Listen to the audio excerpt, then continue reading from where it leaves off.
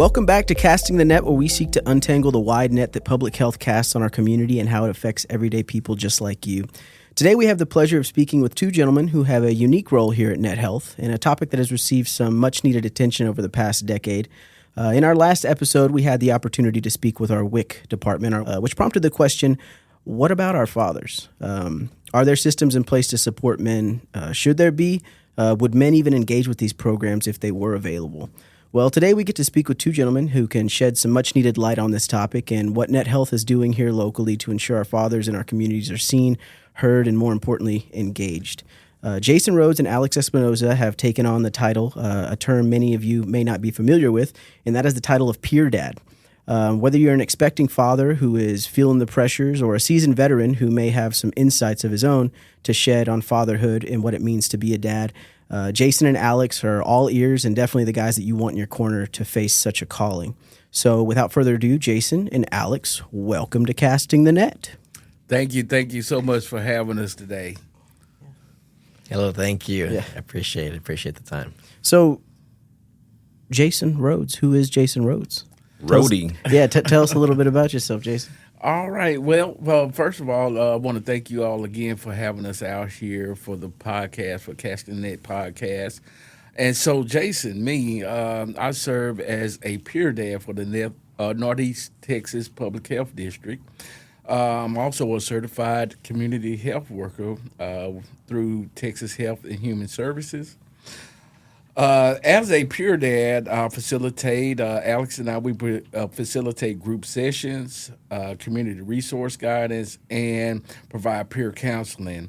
And so the aim of our work is to educate, empower, and encourage fathers and families in Smith County. I went to Tyler Junior College, and I studied business management there. Studied at East Texas Baptist University in Christian Ministry Studies. As well, I'm a father of three, grandfather of two beautiful grandchildren, and they are the apple of my eye. And I possess over 18 years of community outreach, working with faith-based organization and what I call my labor of love. Amen. What about and we spoke about this before we actually got on there. How many years of fatherhood you got under your belt? So I got 24 going on 25 years of fatherhood experience. Yeah. So we to y'all's listening, we spoke a little bit about before we hopped in. I'm the outlier here. So we got four gentlemen in the room, and I'm the only one who hadn't had any kiddos yet. So I'm the outlier today. But as you say, so this is Terrence, everybody, as you say, yet. Yeah. You're planning for the future, which is a service provided by Jason and Alex, by the Peer Dad program. Getting guys mentally, physically, emotionally, psychologically, financially prepared. Although, as I've said this at a previous guest that we had, you're never fully prepared once you become a father. Right. You can get as prepared. You want to be as prepared as possible. Sure. But once that moment happens, that's when reality hits. Yeah. It's like, oh, like it's game time now. This is really it's happening. real. Yeah, it's real. Yeah. When you hear the sound of your newborn child and you see him or her in person, it's just something about there are a few moments in life that define. That was a quote from. I know I'm kind of going on a tangent. That was from Deadpool. Mm-hmm. I don't know if you remember. Kind of near the end, Colossus was walking and said, "Your life is defined by 4 or 5 moments." Oh yeah. when your loved one, when your wife gives birth to your first child, it's just hard to describe that moment.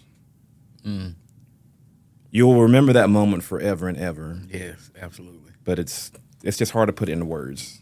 I'll leave it at that. We'll get into that during the interview. Appreciate that intro, Jason. Thank you. To our other guest, Alex, tell us a little bit about yourself. Yes, a lot similar to what Jason said. We're here with Northeast Public Health District, and I'm a peer dad, father engagement specialist. I'm a community health worker. But above all, I'm a father to a 6-year-old child. That's my first priority. That's my first job there.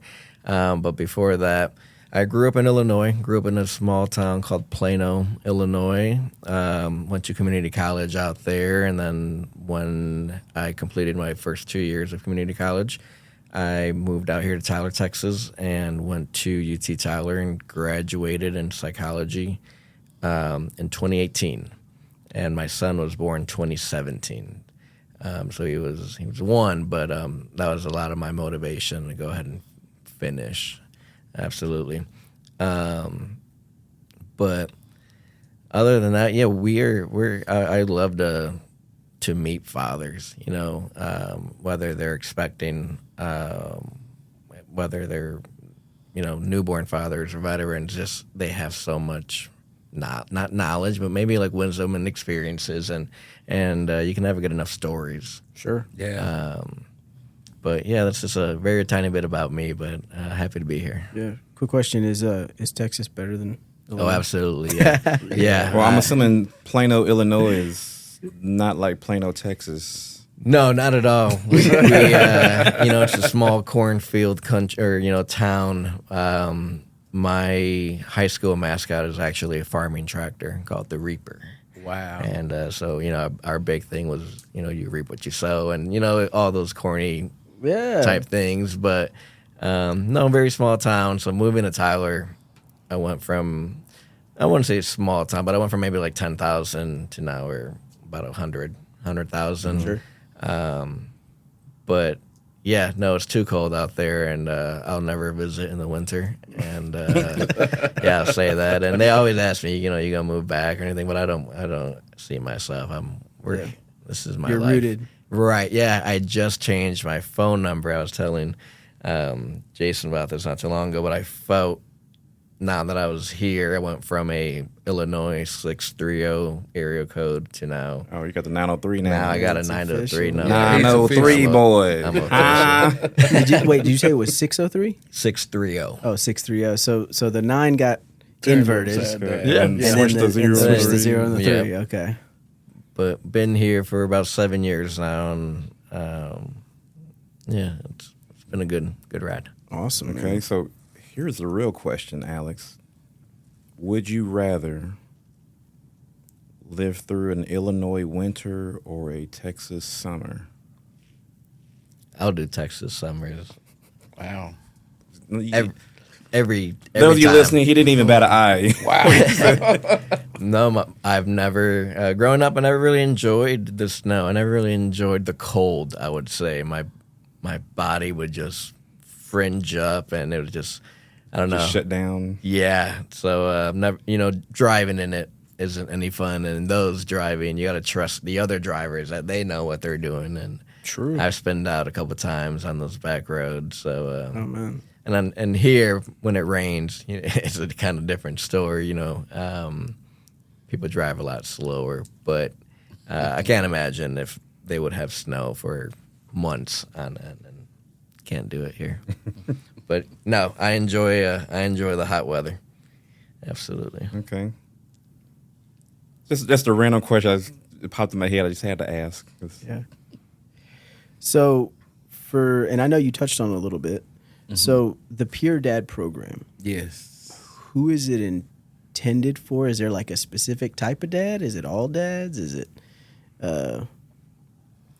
Well, initially, is there an age limit? taking on this role, we had our concentration set on those new and expecting fathers, Okay. right? And over time, in a lot of our group settings, we found that it's more profitable to have diversity in the room. So if you have more experienced fathers and new fathers, you create a community.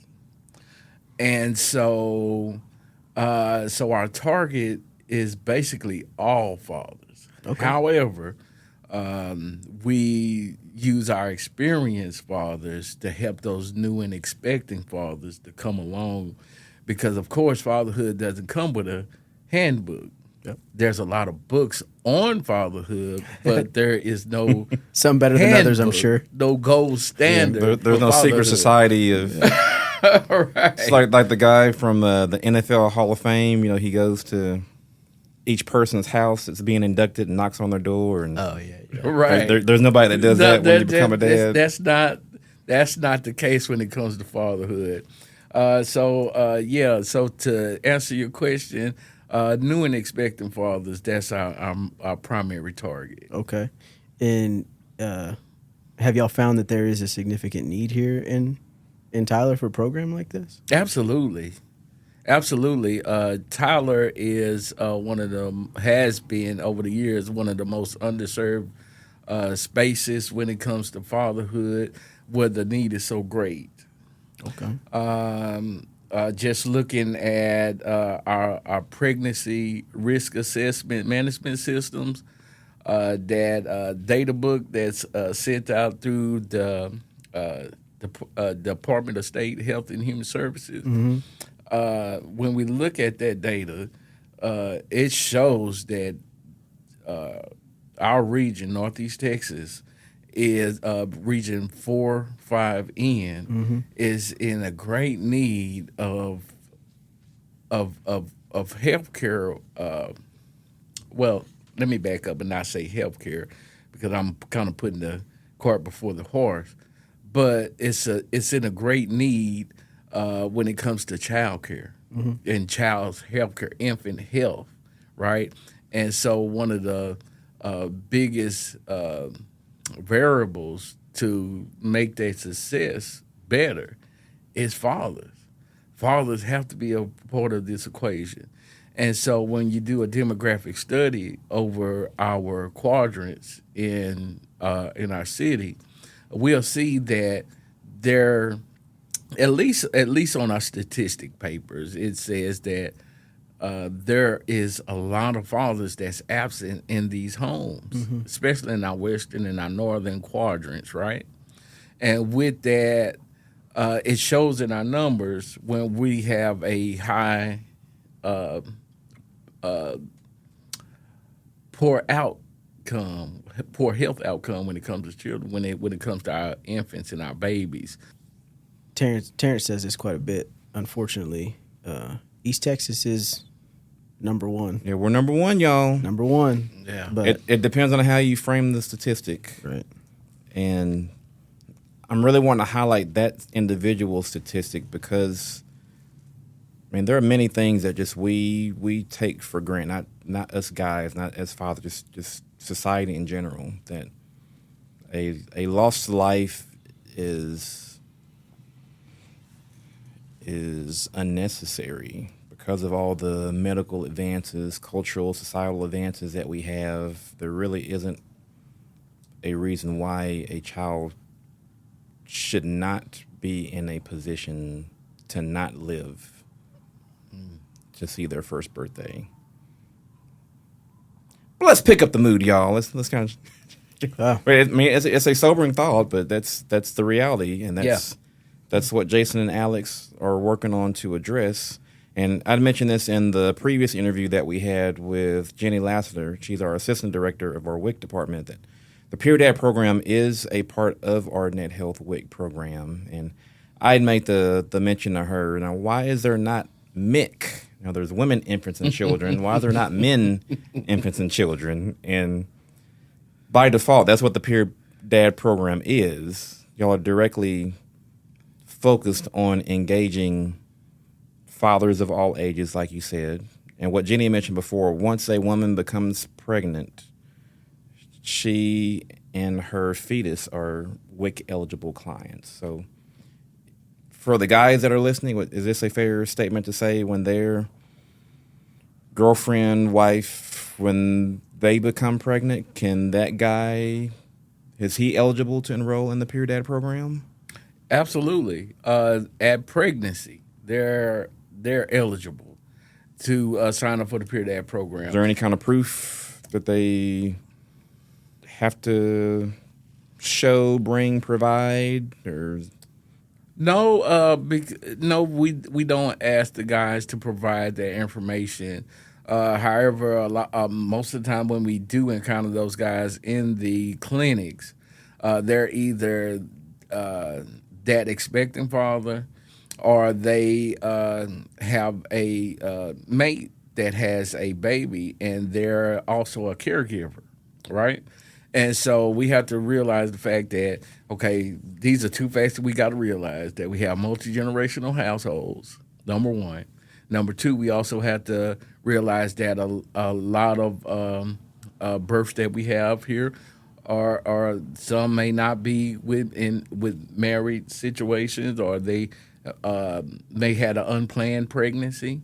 And so therefore, a lot of other things come with that. So, long story short, or just to answer your question, no, we don't ask for any of those proofs to say that they're a father or anything like that. However, we also don't require them to be a WIC participant to be a part of the Peer Dad program. So what you're saying is, if a guy wants to step up and take on that role, he's capable of doing it without having to, jump through any other kind of hoops. Absolutely. Yeah. So we don't put a barrier there. Sure. There's enough barriers that exist in programming that we want to be accessible and have this information accessible as possible to all of our dads and our families in Tyler and Smith County.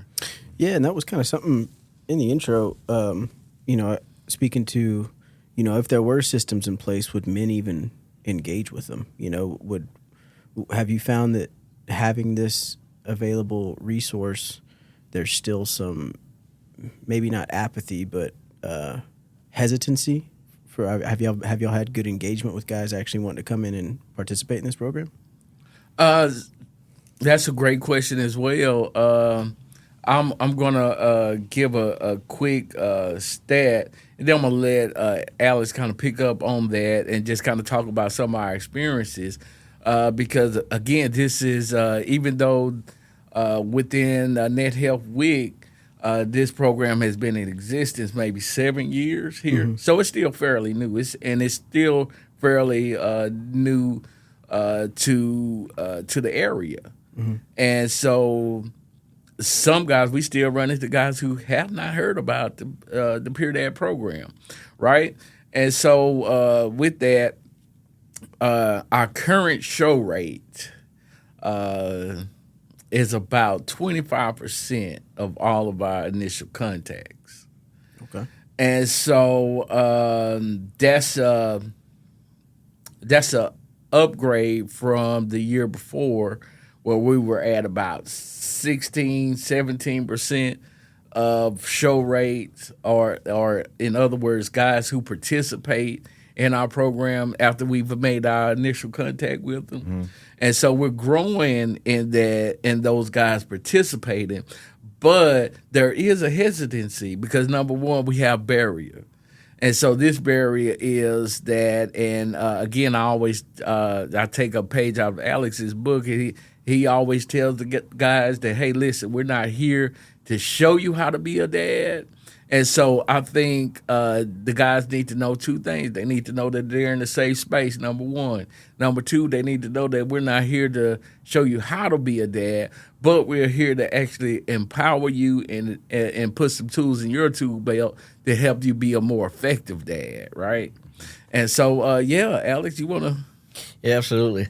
With the show rate, I always end up telling the guys, like, I can already tell what kind of dad you aspire to be, you want to be, just by coming to these, by joining the Peer Dad program and by joining our other programs that we have to offer. Those guys, they show interest. A lot of them, when they talk, all of them say, I want to be the best dad that I can be. And I don't know what father wouldn't say that. And we've been hearing a lot more of that. It's like this idea of just showing up. Not that you have to be the best dad, but by getting in the room. Just being consistent, Sure. Just being present. Yeah. Right, and we tell the dads, like, a lot of the things you're already doing at home. We're just going to look at it in a different perspective and see why it's so important to do or why it's so important not to ignore your baby. It sounds real simple to do, but in reality, I think it happens a lot. But with our participation rate growing and more and getting the awareness of, hey, there's a dad program out there. It's not always, what can this program do for me or show me, but with our experienced dads, a lot of it is what can I share with this program, because I tell all the dads, like, hey, I'm still learning here with you. Like, we're not the know-it-all dads, and something that you say I'm going to learn from you and I'm going to take it home and try with my child, and something that I say hopefully will spark a light bulb and you're like, hey, I'm going to try that at home. And so we try to just make it a very open space and not be there to teach, and not like a classroom setting. It's like iron sharpening iron. Exactly. Yeah, we're all there to learn from each other, and I see girl dads, and I'm like, hey, I have dads who are having girls, but I don't know a single thing about it because I have a son. Your experiences and your insight and everything, I was like, you could be a real big help to our program, and so it's just about looking at it on the other side of how can I help this program instead of what can this program do for me. Yeah, I'm gonna go ahead and say it. It's challenging being a girl dad. You know how to braid hair, Terrence? I had to learn how to braid hair. Yeah. I had to learn to do the ponytail with one hand. So I bring that up. So I have 2 daughters. I have 2 granddaughters. I have all female pets. I'm literally the only guy in my house. So when you're talking about girls, there are different levels, I guess you could define it, of being a dad, being a stepdad, being a granddad, being a caregiver, custody dad. Like there's more than one quote unquote dad role nowadays. Right. Of how things have changed over the years. So, Alex, how you were talking about the peer support element of how you're connecting some dads with other dads that have that relatable experience that they can share and that they can impart.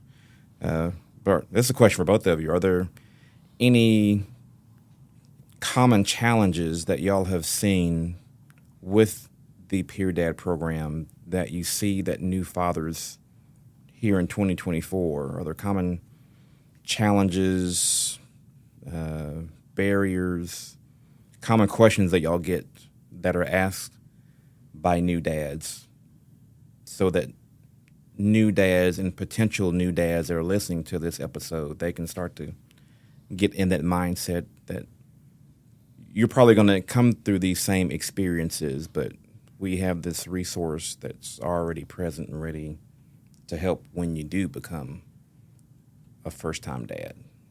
Right. I think, we work in the WIC offices a lot, and we're there in the lobby introducing, and I think when they come for that initial appointment and you say, like, hey, Mom, hey, Dad, that might have been the first time that, they've been called Dad. They hear it.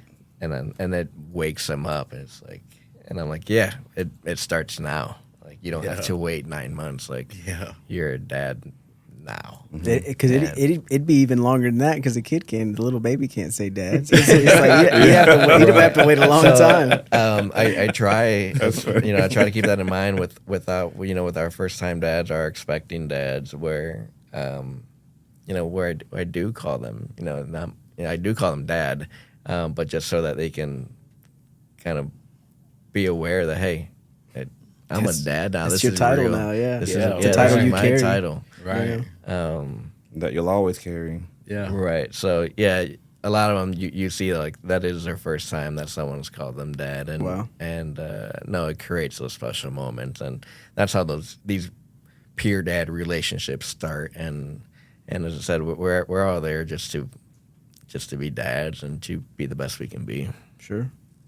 Now, we've been talking about the Peer Dad program, but there are from what I know, there are 3 different engagement opportunities. There may be more than 3, but what I'm familiar with, there's a session called Understanding Fatherhood. Mm-hmm. Yes. There's a second session called Ready for Baby. Mm-hmm. And then there's a third session that's called Dad's Huddle. Yes. Mm-hmm. Now, are there more than 3 engagement opportunities that y'all have available? So with our Peer Dad program, we also have an additional partner that we work with, another funder that we work with, that helps us to provide another opportunity for brain health development, and it's called Brain Scientist Dads as well. So in addition to Understanding Fatherhood, Ready for Baby, and Dad's Huddle, we also have Brain Scientist Dads. So there's 4. So there's 4 opportunities of engagement. Well, not just 4 opportunities of engagement, but more so. And do you mind if I just kind of break them down and what they're designed by all to means. do? Yeah. So when we're looking, I was setting you up. I was hitting the volleyball up for you. all right, It's time great, for you to great. spike Now it. spiky. Great. Yeah. Okay, so let's go for the spike then, bro. Okay, so one of the and I'm going to build on this if y'all don't, if y'all Okay. allow me to do that. So one of the leading causes of our death rates, our infant mortality and morbidity, is babies' gestational period. Right, their moms are not staying pregnant as long enough, or they having low birth rates. And so one of the preventative measures for that is to go and get prenatal care early on in the pregnancy. Okay, that's building block right there, right? Building block number 1. And so with that building block, we always encourage our dads to also have an active role in that. And so in Ready for Baby, we've made partnerships with Family Circle of Care, one of our federally qualified healthcare providers here. And with that partnership, they get those parents that are coming in for that first birth appointment. And so with that birth appointment, they're referred over to the Peer Dad program. And at that referral time, we'll have Ready for Baby is basically a Lamaze class, but we have a bunch of dad loaded tips in there. It's loaded with dad tips in there as well, and so it becomes a family thing, right? And so ideally, we want to have our families in. They're getting prenatal care within that first 6 weeks, right? So we're starting ahead of the game, right? And so being with the partnerships, between the partnerships and our WIC clinics, because they're going to go 1 or 2 places, but not both places. Our participants are going to go to 1 or 2 of these places. They're going to go to that pregnancy center, or they will come to WIC for services, right? And so then we find them early on. And so this is before the baby bump comes along, and ideally before the baby bump comes along. And so at that time, we can start coaching. We can start talking about what to expect. Talk about your birth preference plan. Talk about how to look at how to ask the right questions when you're at the healthcare provider or at your clinic appointments, right? Because again, our objective is to educate and empower. And so in Empower, we want our dads going in knowledgeable when they're going into these appointments, right? That we want them to have enough knowledge to ask the right question, especially if there's any high-risk maternal issues, or if there's any issues that could possibly go on with their baby, right? So we want them to be well in the loop and not surprised by what they may experience, or not surprised at what the process may be. Again, every birth, every pregnancy is different. I want to also leave that disclaimer, right? But from Ready for Baby and getting them equipped and understanding, and again, with that lobby time, like Alex was saying, we saying dad. And so it triggers something, right? And so we're getting them in dad frame right off the cuff. Start them off, yeah. Right off the cuff, right? And so with that frame of mind, we take it on into, because we want to have long-lasting relationships with these dads. So before your baby is born, we want to have that relationship, that rapport already set up, right? And have you already kind of feeling good about or feeling better about this birthing experience that you're about to have, right? And then from there, we'll sign them up, float them on to Brain Scientist Dad, where we'll talk about infant care tips, or how we can, things that we can do to help enhance our baby's brain development, healthy ways that we can feed our baby's brain. Talk about the options for feeding babies, and talk about breastfeeding versus formula feeding, and from there we also have, because everything is not going to be classroom time, especially with guys. Guys got energy. Guys got to get out. Guys got to do something. So then that's where we have Dad's Huddle. And with Dad's Huddle, we get out and we go do things like bowling. Matter of fact, we took a group of guys out to the Texas Rangers game on the 29th of May. Shout out to the Texas Rangers. This is their second year donating to our Pure Dad program. That's a wonderful franchise. And so we want to. So wait. My daddy senses are tingling, so I got to ask these questions. So, with the Rangers game, the dads that y'all took, did they have to pay for their tickets to go? No, the Texas Rangers franchise, they donated the tickets to our dad. So the guys went for free. They went for free. So the bowling alley that you mentioned, did they have to pay to bowl? Our program provided. We got VIP bowling out at Grand Slam. So the guys didn't have to pay. They didn't have to pay for the food or nothing. So nothing out of pocket. Nothing out of pocket. I'm trying to talk the dad language. He's trying to say it's free, y'all. That's what it's free. But guys have a different language of how like it's free. Like what's the catch? Right? I got to pay for my shoes. The lane's free, but I got to pay for the shoes. No, the tickets for free. We had just asked that the dads find their own way of transportation there. It was $1 hot dog day, and it was $1 hot dog day at the Rangers. At the Rangers Stadium. Go. If it's free, you're gonna find a way to get there. Right. Right. And we had guys driving with guys and everything, man. It was great, man. Then the Dad's Huddle meetings that y'all have, the meals that are provided. Oh yeah, that's a man. Thank you for bringing that up. Like you don't have to pay a ticket to come to the Dad's Huddle meetings. With our Dad's Huddle meeting, we had been meeting monthly at the meeting place here in Tyler. That was up until the beginning of this year, when some of our objectives have changed.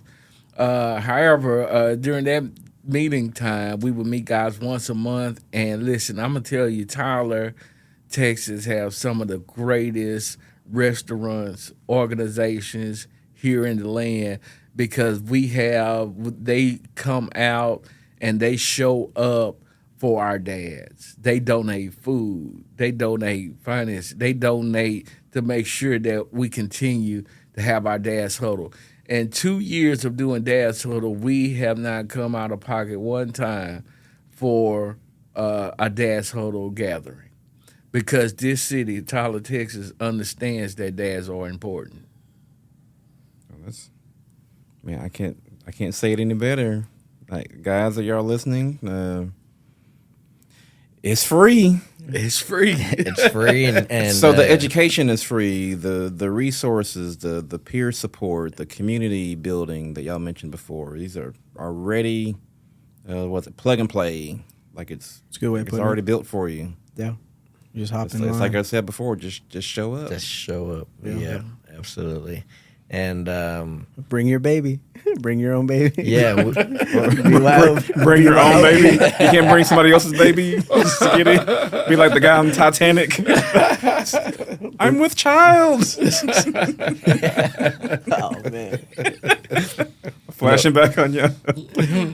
with some of these dad huddles that we do and some of these events that we do, sometimes we try to keep it where we just want just the dads, because that creates a different environment. And then sometimes we'll have family-friendly events where dads are able to invite their wives and their children or their girlfriend and their family. I know in the summer there's an event that goes on, popsicles with pops.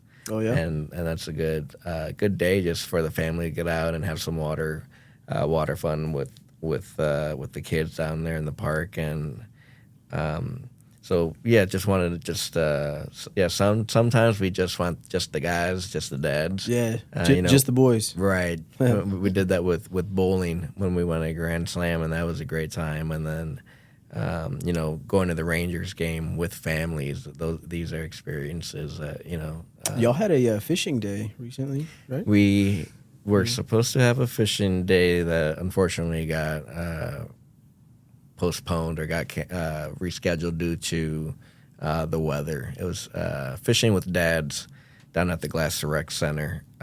We don't know when it is going to be back up yet, but as soon as we know, we want to put the word out. It's a great day for dads and for families to bring out their family and their children to go fishing. Also, with the fishing with dads, again, it got postponed. For every year in summer, the first Saturday in June, the city of Tyler and BCFS, our partners in the Pure Dad program, we get together and host this Fishing with Dads event. Across the state of Texas, the first Saturday in June every year is a free fishing day. In other words, so I'm just going to pick up where you left off with the free, Terrence. And you don't have to get a license. Food is free.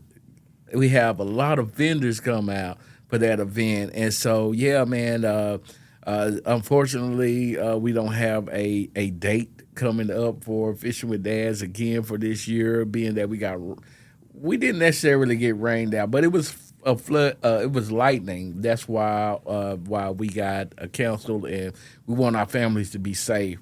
And so we wanted to make sure we took safety first because we want everybody to. Man, ain't no little fish worth getting struck by a bolt of lightning. It depends on the type of fish like you're how big fishing of a fish for. is it? Yeah, he's like, I'm willing to risk Depends it. how bad it is, or how hungry you may be. Or True. That's the one day every year you don't have to worry about the game warden. But that's the thing. Have a license. You say that, Jason. I'm not a fisherman. I mean, I fished a handful of times. I was a Boy Scout and stuff.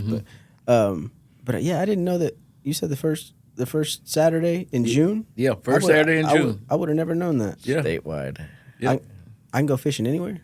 Yeah, anywhere. Yeah, anywhere. Yeah, Lake Palestine, And Lake I'm Tyler. gonna go buy me a reel just to do it. Lake Bob Sandlin. Yeah. Yeah, Caddo Lake. You got about 51 more weeks to go. I missed it. Start the countdown. Yeah.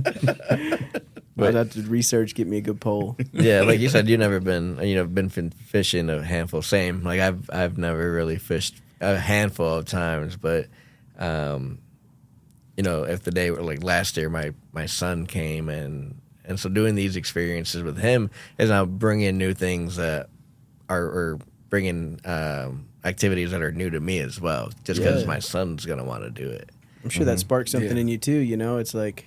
You had told me before we had got on that there was a father who was able to take his son to the baseball game, and he himself, his dad, never was able to take him to a game. Right. So it was, like you said, it was a first-time experience for both of them. And they're gonna remember like this is our first time. Yeah. So it's great memories. I remember the first concert I ever went to with my dad. Is ZZ Top. Oh, wow. Bell County Expo Center. Oh, wow. Yeah, for my birthday.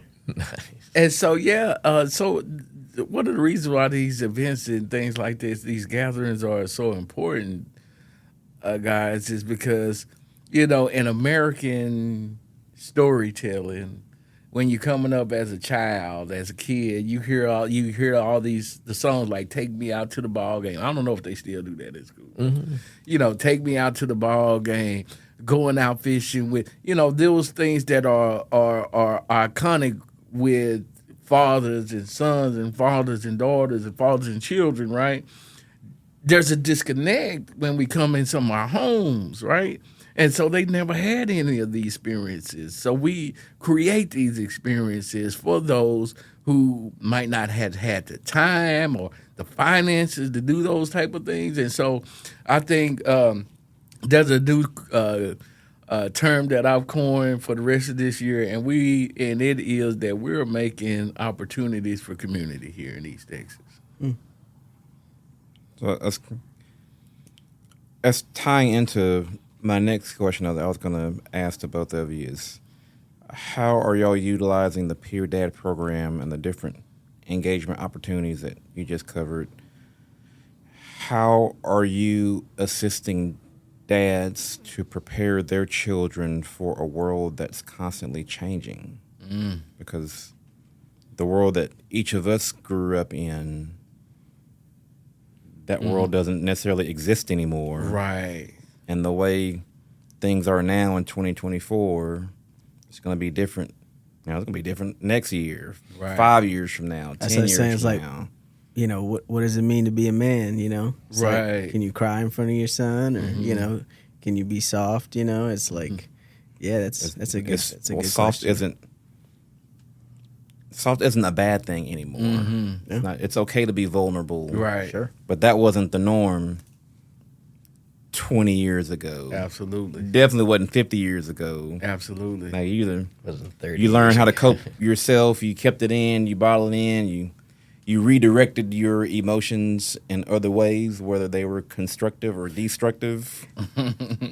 But that was the expectation. Right. He goes, "You got soft hands, brother." Clint used to it. What's funny is as you are, Terrence, I was raised in two different generations. Between two different generations, we had the older generation, which I call the Clint Eastwood generation. That was my dad's generation. The guys that you don't see their teeth, but they're smiling, right? And so the guys who are stoic, some Or guys you can just see from their vibe. yeah, this they're is happy and all pleasant. It's all hyper good. masculinity when you look at this right here. And my daddy used to say, he said, "Hey, I'm a little piece of leather well put together," right? So he was that was that generation, and then I see in this newer generation is like you said, it's a little bit more vulnerable, a little bit more communicating. And so, having an opportunity to look at both sides of this spectrum, I think it's important to look at. We don't want to throw the baby out with the bathwater, right? So there's good from each side, each one of these generations. And so, so what's funny is you'll see one generation say, "Oh, y'all guys might not be doing it the right way. Y'all too soft, right? You talking to your kids." Avoiding extremes. It's like Right. leaning one too far this way. And, Yeah. So what's and again, everybody's household is different, and the family dynamics are different. But one thing is consistent is that you can find your space in the middle somewhere. a happy medium. Yeah, you can find the happy medium. Yeah, balance. Yeah, absolutely. Because sometimes it's going to take you to be a little bit more stern. Sure. And then there's going to be times that you need to listen. Because what's funny is things that weren't yet aren't going to be today, not going to be like they were yesterday. And so communication and listening is very paramount when we're talking about fatherhood. Like not being in that space of fatherhood myself, but hindsight 2020, looking back, being like some of those disciplining things served me really well. When I got older, in that moment it didn't seem so. It was like, man, Why was it so hard on me? Dad's being kind of hard, man. Like, Right. but it's like, no, it served its purpose later on, and I didn't get to reap the fruits of those things till later, Right. But I can certainly see areas where I had more, a a longer leash to run, it served me really bad, you know. And it's like in part looking back, it's like I wish I didn't have a long leash in some of those areas. So yeah, finding a balance, you know. Yeah, absolutely. Yeah. Because just like in fatherhood with toddlers, when you set those parameters, they might not necessarily like it, but it serves as a protective for them. Because when those parameters aren't there, they don't feel protected. Yeah. You know, so same with us. We have to have certain parameters on our life. It keeps us protected. Sure. And then it's how you communicate to your infant, to your toddler. Yes. How you say it to them. Not that you're wanting to outright sound mean, unless that's your personality type. That you're doing what you're saying to them to help them in their future. But you want to say it in a nice enough way where that kid, that toddler, you're saying it to them in a happy, friendly, I guess, way so that they can understand what you're trying to get them to learn, to avoid future situations that could be you avoidable. Get the same message across, as you said, just using a different tone, where not everything's got to be so stern, or where they look up, where they're kind of more timid or more, I won't say afraid of dad, but kind of like, yeah, dad doesn't play around, but not everything's got to be, you know, I don't want to say strict, but where, you know, you're able to talk to your child and have a conversation and not have it be the same way that you were talked to when you were a child. And I think you can get those same message across just in a different tone and a different setting. No, yeah, you don't have to sugarcoat, you know, your child, but I just think not everything's got to be so mean. Because we've seen this play out on TV, in sitcoms and drama shows where the father figure in shows. So as you were talking about that, Alex, the first one that popped in my head was the dad from Good Times. James Amos. I knew you. You knew I was going that way? Yep. I've seen 3 episodes since you guys brought that up. It's on one of the streaming things that I've seen, I think, the first 3 episodes. No, he was the type of dad where if JJ or Michael was going to touch the stove and the mom, I don't remember her name. Esther Rhodes. Esther. Well, that was the actress, but the character name. But like she would say, Edna. She was saying like, don't let them touch the stove, and he would let them touch the stove, and it burned me. And then he would say, I bet they won't do it again. Like the kind of dad you let them learn the hard way. They learn the natural repercussions of why they should and shouldn't do stuff. And then later on, you get to the 90s shows where it was more like Home Improvement and Full House and Family Matters and Boy Meets World. And all the good stuff. You know, there's comedy layered in, but they're still giving those important life lessons where the dynamic of how to dad. There was moments for clarity. You know? I think Full House was great with not even a single dad, but yeah, there was no. Because really, they had 3 dads going on. They had the actual dad, and then you had Rest Uncle in peace, Jesse. Bob And then, Well, we talked about this, Terrence, not too long ago, actually, kind of in preparation for this episode. And we were talking about how in older shows like that, there was this kind of aspect of the people in the household respected the father, you know, to a degree. And now a lot of characters that you see in, you know, sitcoms and stuff, the dads are just kind of like these fumbling goofballs who can't seem to get anything right. Yeah, and they're forgotten. And the punchline almost in some shows. Yeah, it's like there's like almost no set reverence. up to be the punchline. No reverence there for fatherhood. Right. And I think this kind of goes back to what you were saying earlier, Jason, is you remove the father figure, and I know there's studies that have come out in recent years showing that, you know, an absent father in a home actually correlates to worse outcomes than, say, an absent mother. Yeah.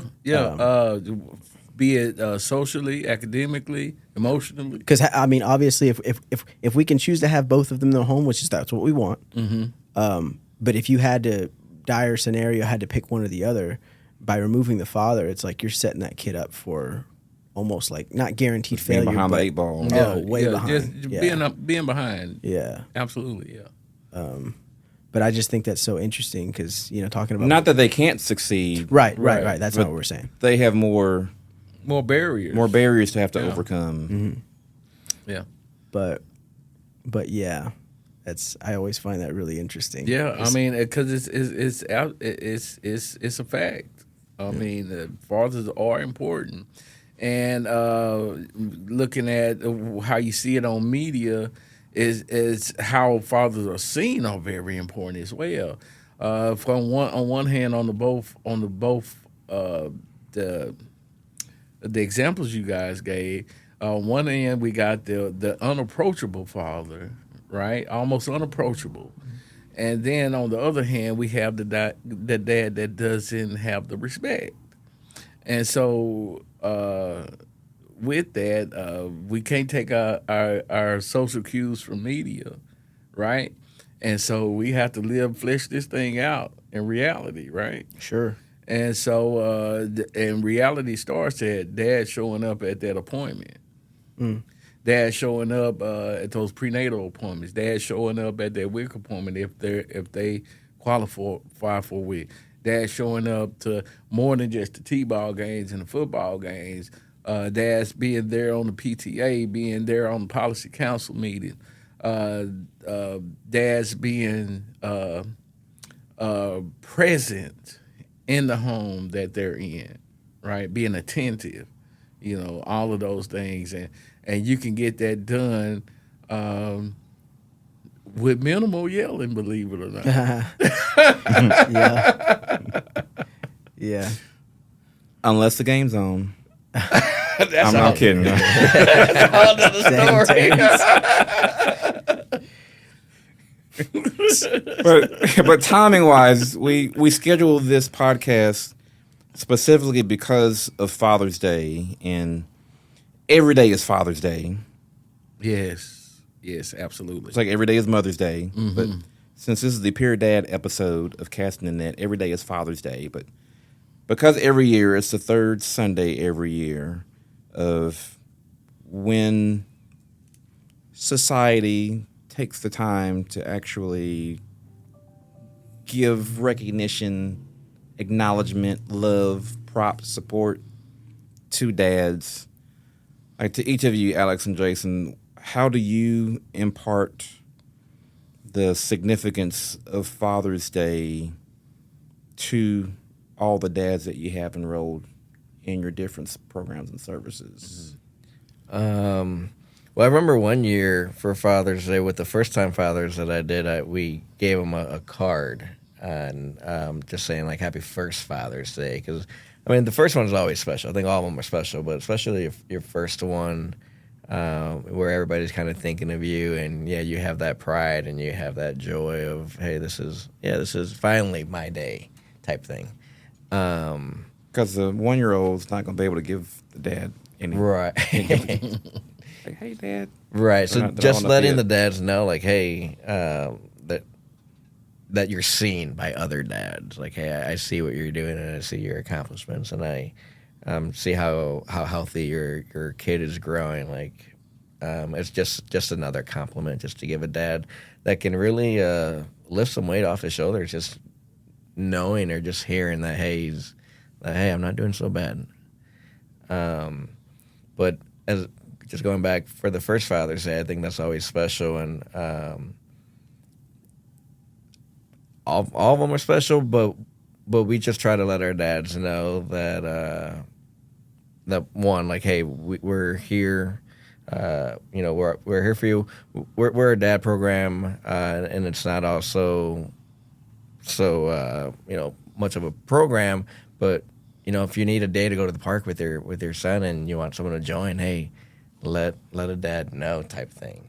And Jason and I, we've been invited to first birthday parties. Yes, and, I love it. And the first time we were invited, when that blew my mind, like, hey, we're kind of want to say making an impact, but hey, we went from not knowing this dad at all to now we're being invited and to meet. I thought you were about to say like we're kind of a big deal now. Like, no, that is a big deal. If guys are making the conscious effort to want to invite people that are not related, not immediate family, not really a part of their actual family, but they're inviting you to share in that moment with their child. Yeah, we don't want it to that's be a big deal. Yeah, we don't want it to be where you come, where we meet you and we meet you one time and that's it. Obviously, we would like you to come to our events and stuff but no, these are the relationships that start growing and you start knowing other dad friends and you can start doing dad things together. Going to the park or going to the zoo or a ball game, with your other and having all the children share that experience but no, I think it's great just to be able to acknowledge other fathers and because as I said, just hearing that can lift a lot off their shoulders and kind of put them at ease. And then if I can throw a personal question at you, what are you planning for Alex Espinosa to do on Father's Day? Like, do you have? I personally don't have anything planned. We'll see what my beautiful fiance has planned for me and what my son has planned. I don't have anything planned. I remember for Mother's Day, going off topic, but when we were kids and it was Mother's Day, it wasn't a day off for Mom. My mom was the cook. She was the one on the grill and stuff, so she was still the one cooking and grilling and for everybody else to enjoy. But no, we'll see what we have planned. I don't have anything specifically planned, but no, just gonna enjoy the day with my family, with my son, and maybe try something new. Like it's the one day you can ask for whatever you want. You can get to go wherever you want, eat whatever you want. That's true. It's other than my birthday, we should take advantage. You can get more than just a big piece of chicken. Or getting the steak. How about you? You have anything planned? Well, I'm gonna volley this back over to Jason since y'all are the guests, and then I'll chip in. I'll chime in myself. Well, yeah, I want to build up off a little bit off of what Alex was saying. Just reaching out to those guys, let them know that they're doing a great job, and let them know that we're here and available is very important because a lot of times our guys, dads and guys think that they need to check off all the boxes to be considered a good dad, but that's not so. Because this is all a growing and learning experience, and so keeping that in man's mind, I think that's very important, right? Hey, I'm a grandfather. I think I'm a dad. I think I do a pretty darn good job of it. But hey, listen, I haven't arrived yet, right? And so since I haven't arrived, you haven't arrived. You haven't arrived. I think we all on the same playing field, right? And so now that'll give guys at ease to become what they may not be right now, right? And so I think that's important first. But now you asked about what I plan on doing for my Father's Day. So we do have another guy that's having a birthday party for their baby. We just went to one this past week at Chuck E. Cheese. Shout out to my little buddy. You know who you are. Hope you enjoy that football. We got another birthday party to go to, and on Sunday, on this coming up Sunday, for another guy that's been in our Peer Dad program for a little bit over a year now. And so, and besides that, Alex, I want to school you on this one real quick, if that's okay. Can we do that? Can we do that right here on this podcast? Is it okay? All right. So you gotta ask us. Traditionally, now maybe this might just be among some of the guys I know. On Father's Day, we don't really get a break, bro, because just like you were talking about with your mom. Yeah, just looking back. We go. I'm usually the one barbecuing and all that type of stuff like that. And gotta make your own cake. Yeah, and so was because Juneteenth is usually a shared weekend, right? So I'm barbecuing. I'm doing all this for Father's Day. And then by the time Father's Day comes Sunday, I'm tired, right? So I got smart now. I said, hey, listen, y'all make the plan that don't consist of any barbecue. I'm not firing up a pit, a grill, a smoker, nothing. I'm going to enjoy Rest that. my bones. I had to wait 20 years to learn that trick. Yeah, that's the one. Yeah, that's you know. You asked me, you know, what's the one thing I want to do, and you're the opposite. Just don't ask me to do anything. So like this is the conversation, y'all, during the dad's huddle events. Like this is It's laid back. I just tell all the dads I meet, like, man, we're just there to chop it up, type of thing, and you know, there's one, we may not know each other, but there's one thing we all got in common, is that we're fathers, Right. and you know, pretty much anybody can talk about all day about their kid, hopefully, and you know, we just start talking, and it's just building friendships from there. Yes, this is what we do for work, but we want to take these relationships and build off of them. You know, this is our city, this is our community, and I want to know, you know, the dads who are in my community, and you know, if I see them at the park, or if I see them in you know, shopping anywhere, I was like, hey, you know, I know you, I know this dad, type thing, rather than, oh, it's just a stranger. so Right. doesn't sound like y'all are cutting hair or shaving, but it sounds like y'all got a barbershop Yeah. situation going on. I think the barber shop. Yeah, I think that's a atmosphere for transparency. When we make it less didactic, these conversations are guided conversations, but they don't feel like they guided conversations, right? Because once you in there, right? And so that allows guys to be at ease. Okay, I'm not being drilled.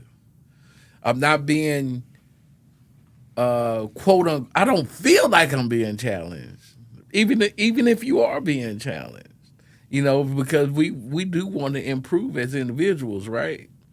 But I think that's one of the key things, is that, you know, we've done the more didactic way, and kind of standing up before guys, and some spaces afford that, and it needs to be done like that. But in our dad's huddle, it's more lax. It's less formal. We just kind of hanging out with guys, and we having a conversation. And then we have a conversation on some of them, and then we'll do some activities afterwards. But it's like a check-in, a time for a time once a month where dads can decompress.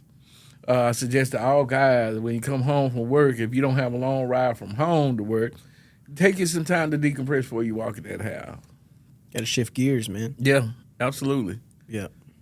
A healthy But way what to if- decompress. Like what if like the place to decompress maybe when you pull into the driveway or in front of your house, apartment, wherever it may be, and just staying in the car for a few moments. Hey, that's decompress. That may be the how spot do. where you need to decompress. Yeah. But then don't stay there too long, because then I'm knocking they on the come window. out. Like, What are you doing in Why there? you ain't coming out? Yeah. You see the videos where it's like he's like eating his food, like coming home. You didn't pick me up anything? He's like, I'm just trying to eat. So this is what happened with me. Or maybe before you leave work, you get in the car. Yeah. Decompress there before you drive home. That may be the spot. But it's like keeping them worlds separate, you know? Yeah, It's like yeah. not bringing home. You have to. You know, not bringing home, you know, it's like a blurring of lines, you know? And, you know, we talked about that before when COVID was happening and people were working from home and stuff. And that separation. hard it's to- like, well, it was hard to it's like, separate the yeah, two. your Yeah. living space became like, you know, you were in front of a Yeah, that computer worked. or on Zoom and it's like those lines started to blur. You know? Right. And everybody, every person needs that time to decompress. And to your point, also, Terrence, this is something that me and my spouse talked about. Said, babe, when I get home, I need about 30 minutes.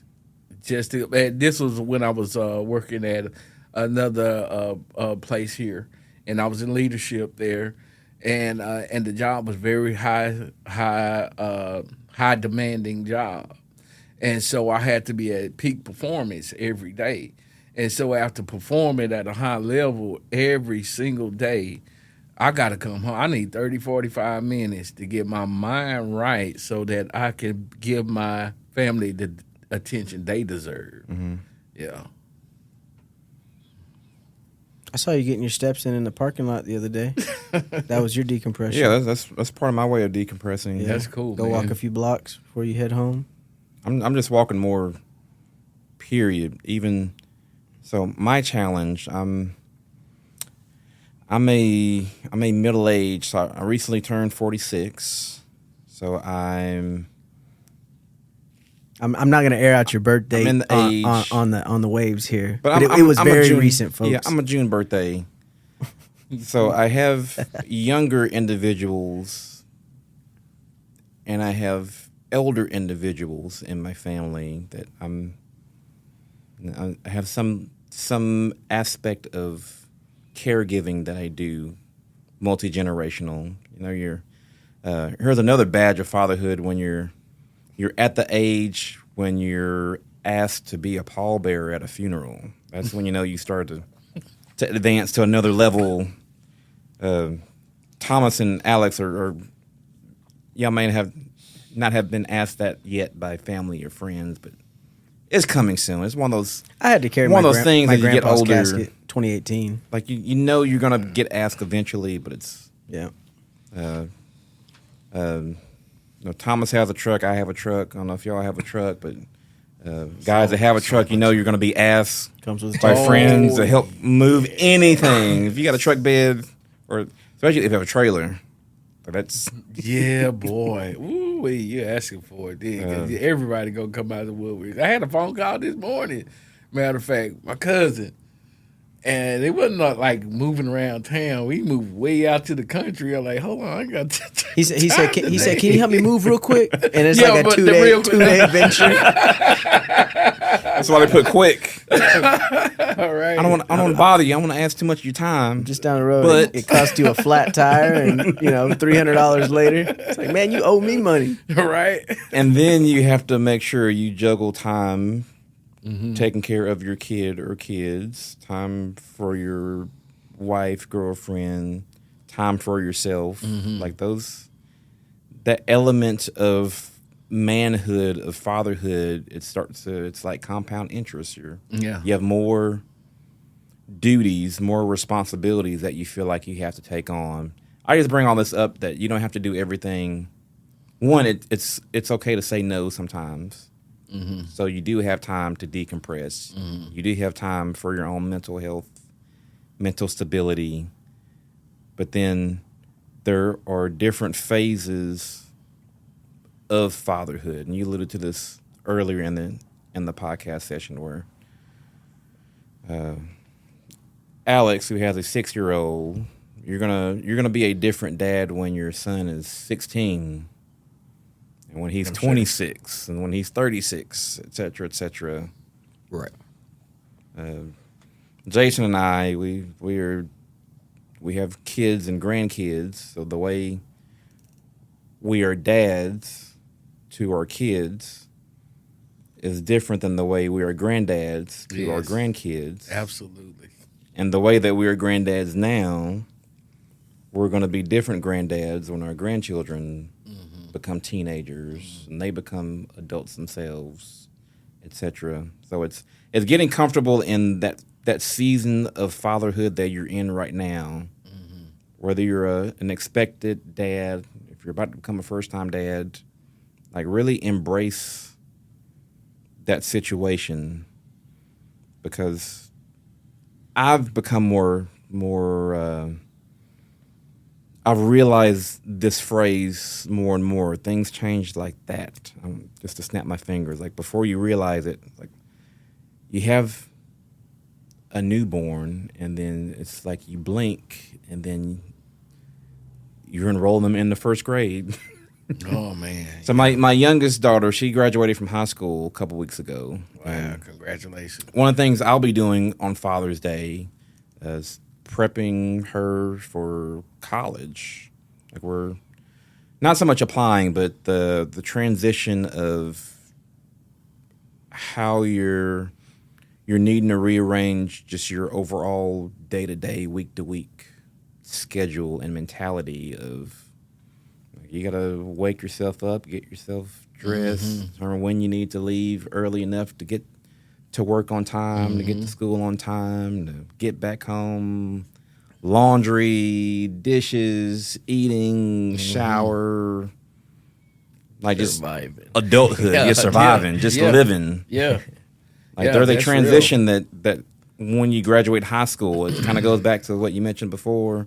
How there's not a playbook on how to be a dad. There's not a playbook on dads explaining to their kids, just particularly for that high school transition of what you need to prepare for after you graduate high school. 'Cause every person's situation after high school is going to be different, but you're still going to have to comprehend how you need to prepare for that next phase, becoming a young adult.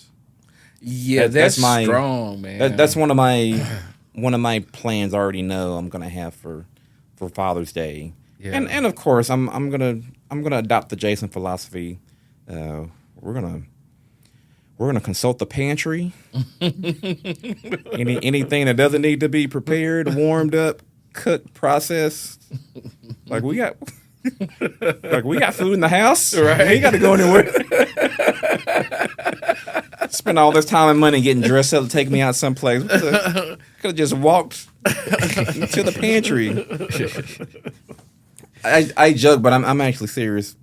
Like that, it's like and this may be another element of the overall Peer Dad program. There's a level of education and also of comfort in being able to make your own meal at home and having that family time to sit at the kitchen table to eat. But I won't say it started to become it has become almost a lost cultural experience, because sometimes the family situations are different.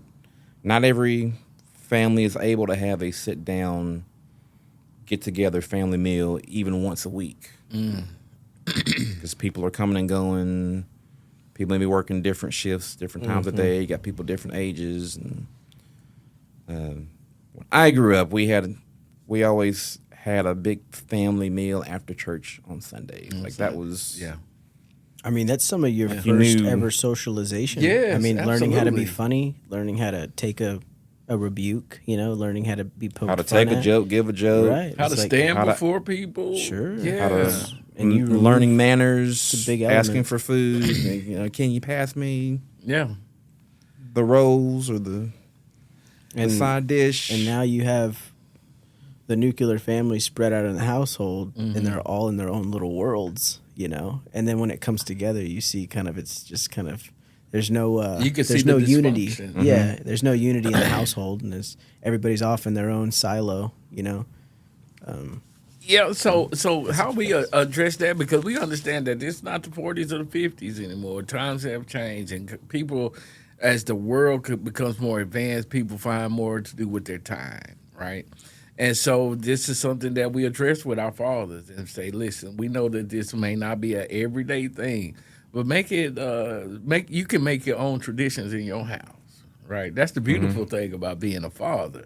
You make traditions. You can make culture. You don't have to go with what Papa and them did back before or anything like that. You can start a new tradition today. Because your kid's not gonna know. Because Right. you're making the tradition. You're making a tradition as you go along. And so if that day may be that Sunday evening or that Saturday evening, everybody knows, the cue that this is the day that we can all come together. And once you start making that tradition, everybody's going to expect it. And it doesn't have to be food. Like some true. families, they have a game night. True. Oh, I love game nights. Man, bro. Yes, I love game nights. Some have You competitive, Jason? Very. Okay, maybe y'all shouldn't do a game night, because that's like it's three things you don't talk about around people: religion, politics, and Monopoly, or Uno, Oh, no, the worst one, man. or dominoes. Oh, jeez. There's something about the game dominoes. I just don't. I haven't understood this. It's like one of the very few moments where you can show how strong and forceful you are at slamming a little itty bitty domino just to call 5. Well, you might talk about you at our table if you slam down that domino like you did something with a 5. But But it could be a game night tradition. It could be movie night. It could be Bible study. It could Yes, be sir. exercising, During the like school going year, for a walk. During the school year, my son's school year is in kindergarten. On Fridays before school, we would go to McDonald's breakfast, and then we would, go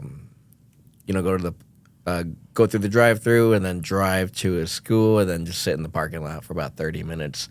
And he was able to have breakfast, and it was just me and him. Just in you the should car. see this kid's breakfast. He got a real man breakfast too. Yeah, We he's- chowing So down. they need 30 minutes to sit out there and eat. Yeah. Is this the McDonald's big breakfast with the pancakes and There's the bacon and the eggs and the biscuit? He pretty much eats everything but the eggs, but he's on the 3 pancakes and a biscuit and a sausage, and he wants the bacon, a hash brown, large Powerade.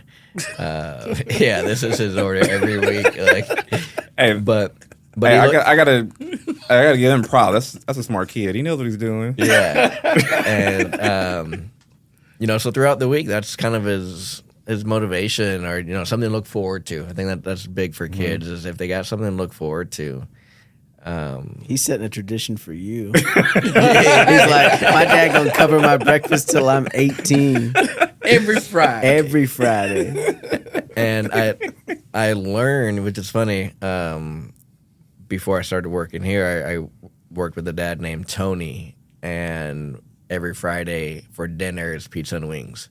And so every Friday when I worked with him, I'm like, "Hey, you having pizza and wings?" And he's like, "Oh yeah!" Like he was excited. Like his, I just learned from another dad. Like, hey, we can set these type of things, and our kids will be excited. And so my son wakes up early Friday mornings during the school year, and Oh, you got to set the alarm for him. no, he's Like, ready. he already knows. And the other day he doesn't want to wake up and anything like that. But on Friday he wakes up early and he lets me know, hey, we gotta be on time. And I guess this is me asking all 3 of you dads. Have y'all found that by y'all getting excited about something, your kids, like, by default kind of follow in line? Like, they've grown to be excited about the things you're excited about? Well, I think if my kids do show interest in something that I'm interested in, and of course I get excited. However, I want to be more attentive and see what they're interested in, and then and I position myself as a guide for them to explore that they show interest in. Yeah. Yeah, absolutely. I'm as a kid growing up, I was a big sports guy, playing sports or even just following sports. So now my son, when he gets into sports, that's our thing. But as Jason said, like, you also want to explore what they're interested in. And something that I never got into as an adult was like superheroes, like the Spider-Man movies, Batman. I've never really seen them, Hawk movies, anything like that, until my son wanted to watch Spider-Man, and we watched, the Spider-Man from 2002, or the very first one, and so he gets me into these superheroes and things I wasn't really interested as a kid. I definitely don't want to be like, no, I don't want to watch that with you, or I don't like the Hulk or anything like that. So he'll. I learn a lot from. I was about to say, I was like, that kind of leads me into, like, I mean, I've heard it a lot. People say, kids teaching you, It's like almost getting to start over, Yeah, It's absolutely. like revisiting some of these things that you forgot about, or like that you learned growing up. But it's like they help you get to go back to that thing. Yeah, you get permission to be a kid again. Yeah, That's a dad. to revisit it again. And with dinosaurs and stuff, my son was huge in Jurassic Love to Park. play with them toys. And So playing with the Hot Wheels again and building Legos again, and you absolutely get to be a kid again. And now you got more knowledge though, so you Right. can actually dive deep. It's like all of a sudden you become a Lego fanatic, dude. You're And it's right. like I got a new hobby, dude. Like I build Lego like towers. You're like an you know? engineer with Hot Wheels, Right, going right. all over the house now. Right. It's great. And then- then the kid look like you're super cool then. Right. But then you, as a dad, you're now a kid with money, so you can buy the toys. You have the resources. You got the resources you didn't have when you were a kid. Because when I was a kid, I was all about Transformers and G.I. Joe. Oh man. And I remember just outright just begging for whatever G.I. Joe vehicle or action figure, whether it was, I can't remember all the names, but I remember there was Duke and Oh yeah.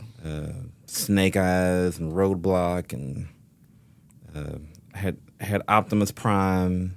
I always wanted Megatron, could never get Megatron. Oh man. I had Ultra Magnus and Metroplex and Omega Supreme. Oh man, you had a set. Like I was, but now I got adult money. Like I want to go back and buy the ones that I couldn't get when I was a kid.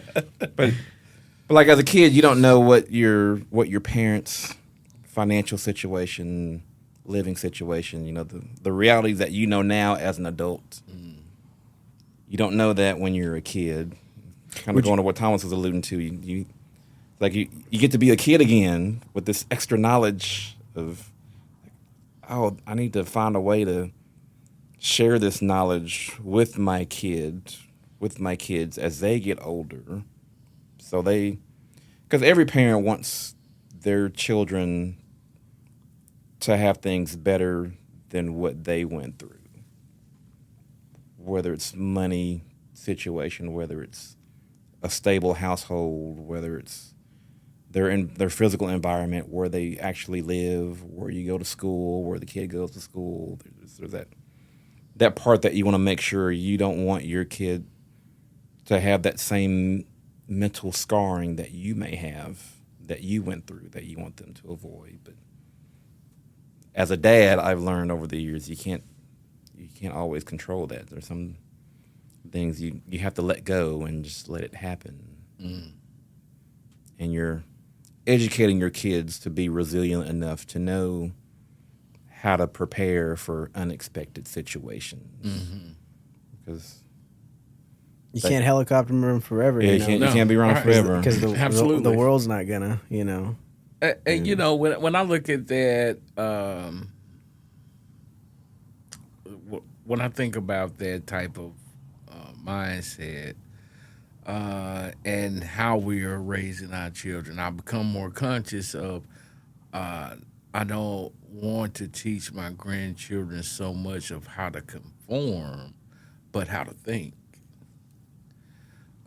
Because anybody not can telling set them a what to set think, but of how to rules think, yeah. and say follow these rules, but where did those rules derive from is the question. Sure. And so now I need you not to be a conformist. I need you to be a thinker. Sure. So, and in that thinking, so we're gonna explore some challenges. I'm going to challenge you as your father, so I can help you to be able to develop that decision making, right? Instead of being one who would hear an order and immediately start marching after that order.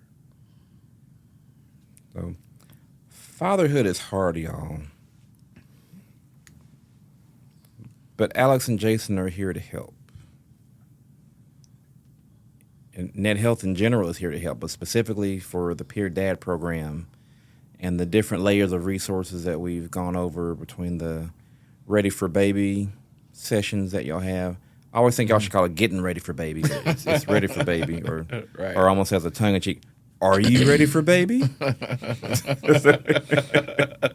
But Jason and Alex will help you get ready for baby.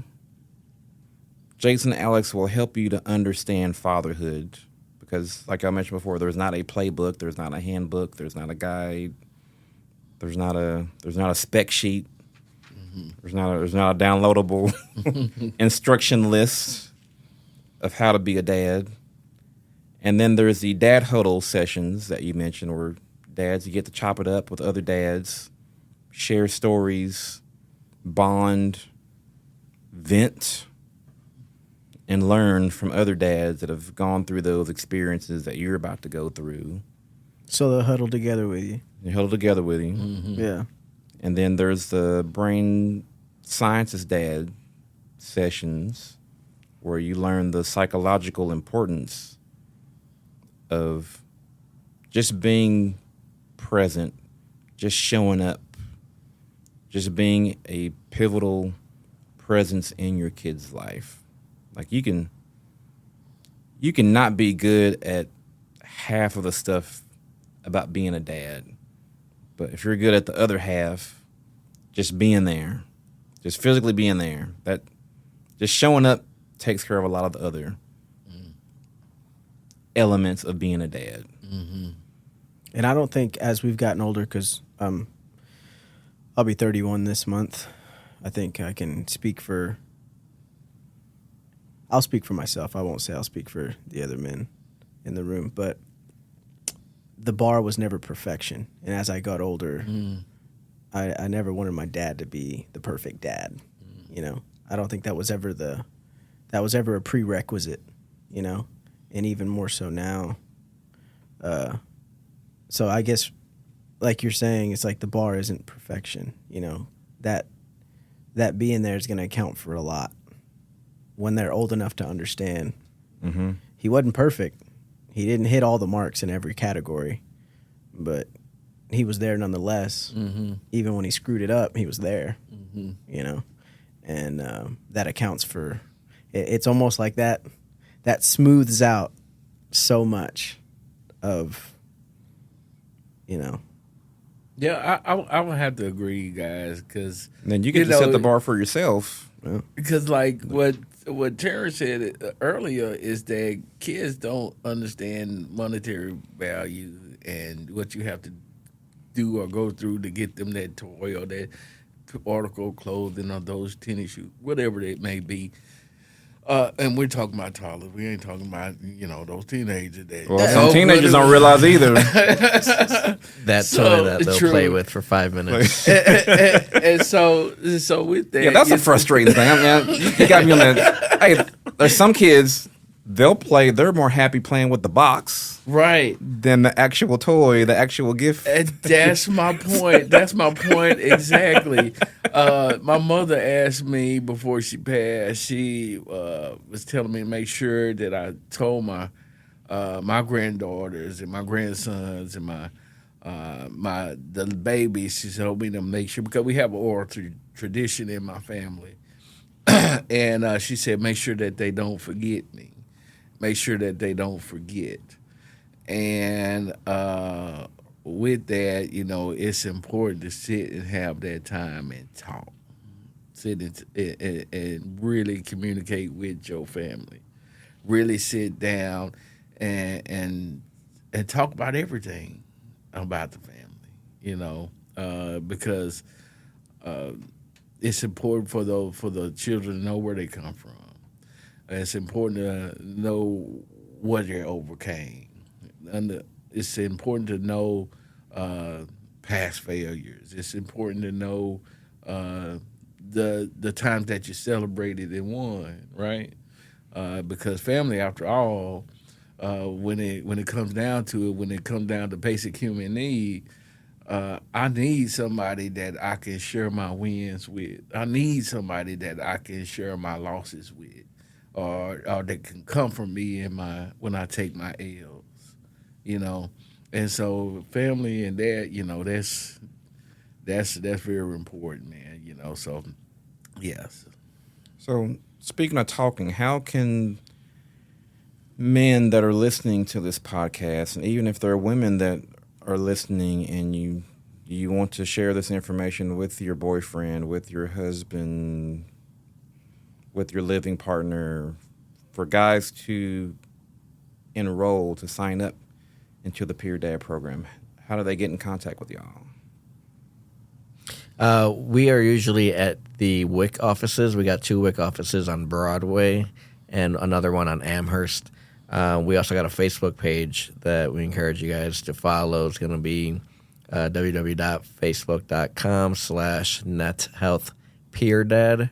That's going to be the RDAD.